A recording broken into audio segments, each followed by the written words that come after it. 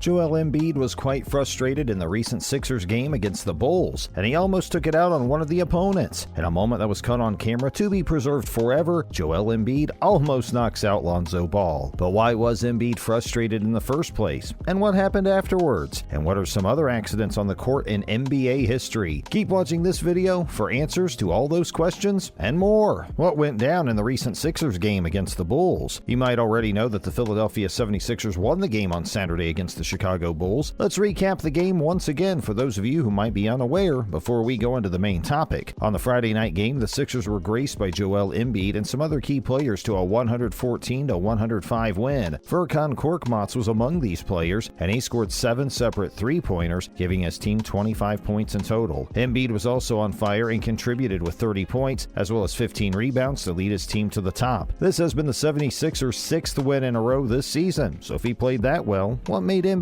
all frustrated that he almost harmed an opponent? And what exactly happened? Keep watching for all the details. Why did Joel Embiid nearly punch Lonzo Ball? So Embiid lost his cool during one of the most surprising moments of the Saturday night game and was punching the air. But what he found in his path was Lonzo Ball's head. Suddenly, the ball going out of bounds wasn't that big of an issue, and Embiid had to prevent punching an opponent. Luckily, though, he did. Ball ducked in time and was saved from Embiid's wrath, and a serious accident was prevented. Embiid got out with a technical foul, and apparently, Ball himself also understood Embiid's intentions as he hugged him shortly after missing a punch on the head from him. The team also won, so it's all water under the bridge. Still, though, it was extremely close, and had Ball not realized what was about to happen in time, Embiid would have had something much bigger on his hands. Embiid also seems grateful that nothing major happened, but the moment itself was a shocking one. What are some of the other accidents that have happened on the court? When we talk about accidents, we're referring to the many gruesome injuries that NBA players have received because of things going wrong. Let's look at some of the other major accidents from the court in NBA history. Joe Przybyl's knee. And one of the most chilling injuries in NBA history, Joel Przybilla ended up severely hurting his knee. Przybyla, who landed on one of his knees in a way that looked quite painful, but we never would have guessed the intensity of the pain he was going through until we saw his reaction. At first it looked like a normal fall, but soon we hear Przybyla's cries for help as pain shoots through his entire body, making him stand up on his feet, but being unable to and falling flat onto the ground. The impact from that landing actually gave Przybyla a ruptured patella. Josh Howard's knee wobble. Sometimes the most horrific part of watching random injury videos isn't the injury itself, but actually physically feeling the pain of those injured. That's also why we can hear groans and sighs from the crowds in arenas when a player lands the wrong way or rolls his ankle. And that's also how we all felt when Josh Howard faced a terrible knee sprain in Chicago in 2010. Even though most of us have never ended up at a hospital due to a knee sprain gone intense, we can all relate to that feeling of wanting to just stay on the ground for a few minutes because you just can't get yourself to move. Steve Nash casually pops his nose back in, and sometimes watching an injury isn't as painful as watching the injured person afterwards. That's exactly what happened with Steve Nash as he got popped in the nose by Derek Fisher. The player was left with a dangling nose, but Nash took it all too casually. It was just a dangling nose that needed to be put in its right place again. So what Nash does in a moment that shocked everyone is simply pop his nose back in. Yes, the guy didn't even step to the sidelines. Talk about guts. Tony Allen should not have dunked. Sometimes poor decisions are made, but then there are those that haunt people for the remainder of their lives. So Tony Allen decides that he'll be doing some showboating. Unfortunately, he puts a little too much momentum into it, and that makes him fall onto his back, and then his knee bends underneath him. This brought Allen severe pain and of course a huge time outside of the court. Poor Allen even lost some flexibility in that particular knee, but it was his decision after all, and he ended up paying a huge price for it. Allen Ray's eye. So some injuries make you feel all the wrong things when seen in 1080p, but some have to be shot in a completely different fashion. That's how we feel about this Allen Ray injury. Sure, this happened at the time Ray was in college, but it simply cannot be passed up each time we bring up a topic like this. Ray gets a classic eye poke, and what results is an eyeball that's actually bulging out of its socket. It gives us the shivers literally every time. Andrew Bogut's elbow. This is a recent one, and arguably one of the most painful ones, coming as player Andrew Bogut's arm folds underneath the guy as he falls flat onto the ground rather awkwardly. At around the 40-second mark, you can already tell it was an awkward fall. Bogut just lets go of his body and hurts his elbow in the process. What results is a severely dislocated elbow for Bogut, which keeps him away from basketball for 2 years straight. Jamal Crawford's neck breaks his fall. We remember watching this one happen live and how scary it seemed at the time. It was one of those injuries where everyone just goes silent for a second until they see him actually move again. Anytime you see a guy go off on a stretcher, you know something bad just happened, but when they land directly on their neck like that, it's even worse. Luckily for him, all that Jamal Crawford received from the incident was a sprained neck, But still though, the way it happened looked really bad, and you couldn't help but feel bad for the poor guy. Marquise makes us all shiver. For those who watched Marquise Daniels' injury live, you people have quite a stomach. So Daniels' head just whips around and falls flat onto the ground. No movement, no trying to stop the inevitable, just an eerie stillness from him. Entire minutes go away in a jiffy with no movement from Daniels, and then finally, after what seemed like an eternity, Daniels moves a little, with everyone sighing a major sigh of relief. At least he was alive. It turned out that what made Daniels go out like that was a bruised spine. Of course he didn't make a single movement for minutes. The punch. So the recent missed punch from Embiid isn't the only punch that has attracted notoriety in the NBA world. This particular punch far surpasses that one because it actually landed. During something of a scrum between the Los Angeles Lakers and the Houston Rockets, we see Rudy Tomjanovich sprinting along, and in a decision that player Kermit Washington took in probably a split second, he simply unloads on Tomjanovich's face. He leaves a Tomjanovich who's bleeding like crazy with that punch, and when Tomjanovich was taken to the hospital, the only thing to describe the scene was that Kermit completely crushed his face. Of course, Kermit was remorseful, and he did submit an apology as well. This was definitely up there with some of the most devastating punches in NBA's history, and Embiid's missed one doesn't even come close. Shaun Livingston's knee. Unluckily, or should we say luckily, there isn't a video of this accident on any video player on the internet, but let us just verbally explain to you exactly what Shaun Livingston faced one game. So Livingston has his knee bent in the exact opposite direction that a knee normally does, and to make it even more grueling for him, his knee bends completely inwards. And just like that, Livingston is left with a promising career ended too soon. The injury took place back in 2007 and is considered one of the worst accidents in NBA history because Livingston had to wait for 2 years to be able to play inside the court again. Fortunately for him though, he was able to play at a near complete season by 2011 and was happy to be able to even wear the uniform again. And that's it for today's video. What did you think about Joel Embiid's mistake? Do you think it was his fault what happened? Let us know in the comments below, as we're curious to know. And make sure to give this video a thumbs up and subscribe to our channel. We'll see you in the next video.